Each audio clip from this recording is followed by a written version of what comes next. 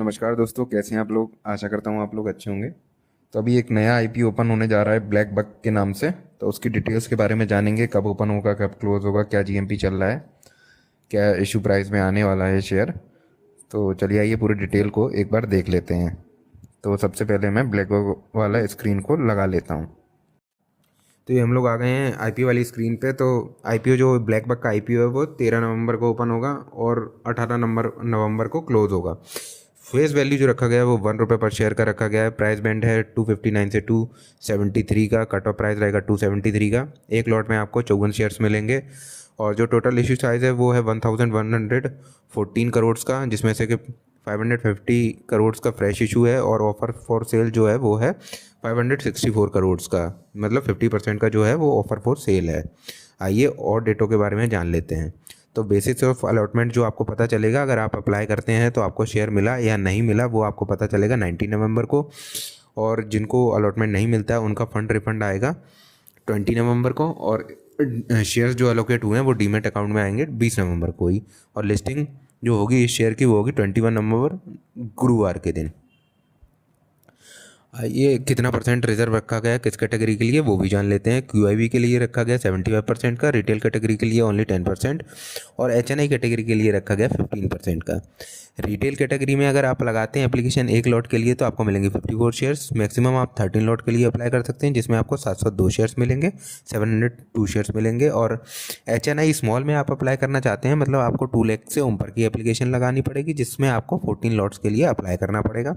और big HNI में अगर आपको एप्लीकेशन लगानी है तो आपको 10 लाख से ऊपर का एप्लीकेशन लगाना पड़ेगा, जिसके लिए आपको 68 लॉट्स का एप्लीकेशन लगाना पड़ेगा। जो शेयर होल्डिंग है अभी प्रमोटर की वो है 32.91% की। इशू के आने के बाद रह जाएगी सिर्फ 27.84% की।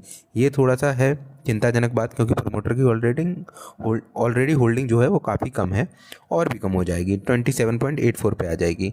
अब देख लेते हैं ये कंपनी क्या करती है। जिंक लॉजिस्टिक सॉल्यूशन लिमिटेड, इसका जो ऐप है उसका नाम है ब्लैक बग, है ना। वो ट्रक ऑपरेटर के लिए ही बेसिकली एक ऐप बनाया है जो कि अक्रॉस द कंट्री पूरे जो ट्रक ऑपरेटर्स हैं उनको ये सर्विसेज देते हैं। अभी ये 27.52% ऑफ इंडियन ट्रक्स को अभी अपनी सर्विसेज दे रहे हैं, है ना। तो ये क्या क्या सर्विसेज ऑफर करते हैं वो जान लेते हैं। टेलीमेटिक्स की सर्विसेज प्रोवाइड करते हैं। टेलीमेटिक एक डिवाइस होता है जो कि ड्राइविंग बिहेवियर और गाड़ी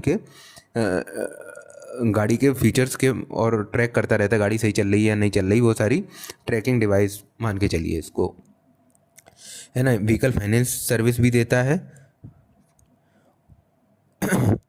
और जो कि अभी इसके जो है ना 3,56,000 करीब टेलीमेटिक डिवाइसेज हैं जो कि एक्टिव हैं, जिसके थ्रू इनने जो लोन दिया है वो 4,000 कस्टमर्स के आसपास लोन दिया है, जिसकी टोटल वैल्यू जो है वो है 1,967 मिलियंस की। तो ये अक्रॉस 48 डिस्ट्रिक्ट्स इन 7 स्टेट्स में काम कर रही है। अभी ये कंपनी काम कर रही है 48 डिस्ट्रिक्ट्स इन इंडिया में काम कर रही है। तो और जो इसके पास अभी एम्प्लॉयज़, एक्टिव एम्प्लॉयज़ जो हैं वो हैं 4,289 एम्प्लॉयज़। अब चलिए ये तो होगी कंपनी के बारे में बात, कंपनी क्या करती है कैसे करती है। अब देख लेते हैं कंपनी के बिजनेस परफॉर्मेंस को कि कंपनी कैसे परफॉर्म कर रही है, ग्रो भी कर रही है, नुकसान में चल रही है अभी। तो ये मैंने लगा लिए हैं कंपनी के फाइनेंशियल्स। कंपनी के फाइनेंशियल देखें तो एज़ यूजुअल ये अभी लास्ट 2 साल से तो लॉस में ही चल रही है। अगर देखेंगे प्रॉफिट आफ्टर टैक्स तो वो माइनस में ही है। ओवरऑल जैसे बात करें तो यहाँ से 290 से 193 हो गया है। लॉस तो कम हुआ है पर अभी भी लॉस में है। इस क्वार्टर में इन लोगों ने प्रॉफिट दर्ज कराया 32 करोड़ का। ये सारे फिगर जो हैं वो इन करोड़ में हैं।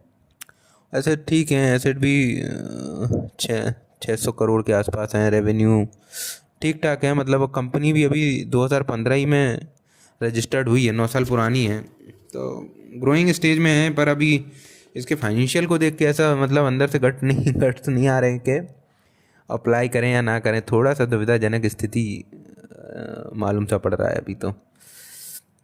तो ये मेरे तो डाउट में है। एक बार देखेंगे क्यूआईबी का कैसा सब्सक्रिप्शन आता है, उसके बाद डिसाइड करेंगे कि इसमें अप्लाई करना है या नहीं करना है। अभी तो ओवरऑल जैसे ये रेवेन्यू देख के तो मेरा मन नहीं कर रहा है कि अप्लाई किया जाए, है ना। और एक बार देखते हैं, एक बार वो फिगर जब आएगा तब और ज़्यादा क्लियरिटी हमें देखने को मिलेगी। तो फिगर्स इतने मतलब वो नहीं है कि देख के एक ही बार में कहा जा सके कि हाँ अप्लाई करेंगे।